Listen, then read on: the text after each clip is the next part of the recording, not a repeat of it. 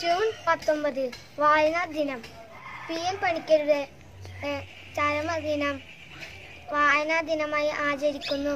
പുസ്തകത്തോളം വലിയ സംഗതിയില്ലെന്നും വായനത്തോളം വലിയ അനുഭവമില്ലെന്നും ഓർമ്മിപ്പിച്ച് വീണ്ടും ഒരു വായനാ ദിനം വന്നെത്തി. കൈ പിടിച്ച സ്വപ്നമാണ് പുസ്തകമെന്ന് വായനാ ദിനത്തെ കുറിച്ച് നീതിമാർ പറഞ്ഞത്. കുഞ്ഞുണ്ണി മാഷ് പറഞ്ഞ ഓർമ്മയിലെ വായിച്ചു വളരണമെന്ന് കണ്ണ് തുറന്നുകൊണ്ട് കിനാവ് കാണലാണ് വായന. വായിക്കുന്ന കുട്ടി മുതിരുമ്പോൾ ചിന്തിക്കുന്നു. വായനാ ദിനം മഹത് വചനങ്ങൾ. ശരീരത്തിന് വ്യായാമം എങ്ങനെയോ അതുപോലെയാണ് വായന മനസ്സിന്. Richard steel. വായന പോലെ ചെലവ് ചുരുങ്ങിയ മറ്റൊരു വിനോദവുമില്ല. അതിൽ നിന്നുണ്ടാകുന്ന ആനന്ദം പോലെ നീണ്ടു നിൽക്കുന്ന മറ്റൊരു ആനന്ദവുമില്ല. ലേഡി മൊണ്ടാക്. ഒരു നല്ല ഗ്രന്ഥശാല ഒരു യഥാർത്ഥ സർവകലാശാലയാണ്. കാർലെ.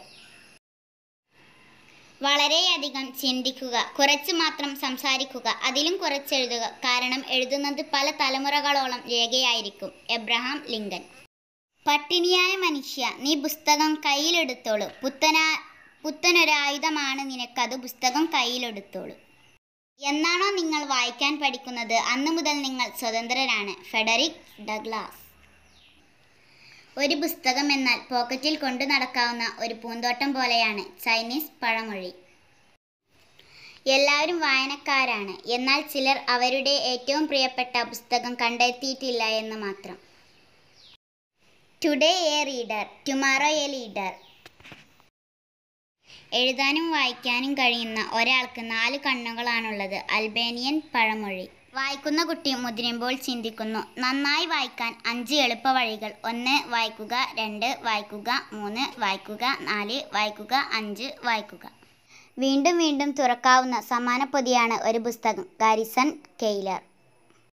കണ്ണ് തുറന്നുകൊണ്ട് കിനാവ് കാണലാണ് വായന. കൂടുതൽ വായിക്കുമ്പോൾ കൂടുതൽ അറിയുന്നു. കൂടുതൽ പഠിക്കുമ്പോൾ കൂടുതൽ സ്ഥലങ്ങൾ നിങ്ങളെത്തുന്നു. Doctor Zeus. നല്ലൊരു പുസ്തകത്തിൽ ഏറ്റവും മികച്ചത് വരികൾക്കിടയിലാകും. സ്വീഡിഷ് പഴമൊഴി.